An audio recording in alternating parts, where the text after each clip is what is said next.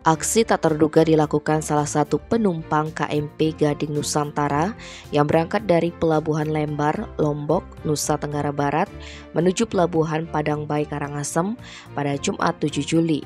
Penumpang yang tidak diketahui identitasnya itu nekat menceburkan diri ke laut, diduga karena mengalami stres lantaran menunggu kapal bersandar. Kapolsek kawasan laut Padangbai Kompol AA Ngurah Agung yang dikonfirmasi awak media membenarkan kejadian tersebut. Syukurnya penumpang melakukan aksi itu berhasil diselamatkan.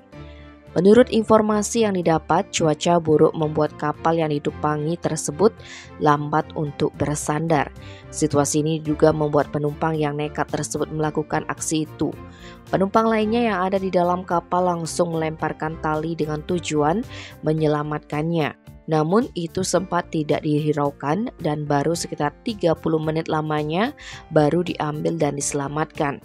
Pihak kepolisian pun belum sempat melakukan interogasi karena yang bersangkutan sudah meninggalkan pelabuhan setelah kapal bersandar. Ia bersama rekannya menaiki mobil keluar dari pelabuhan, sementara lantaran cuaca ekstrim, penyeberangan dari Pelabuhan Padangbai menuju Pelabuhan Lembar ditunda sementara. Hal itu dibenarkan KSOP Pelabuhan Padangbai, Sentot Ismodianto Kuncoro. Tim Bali Express melaporkan.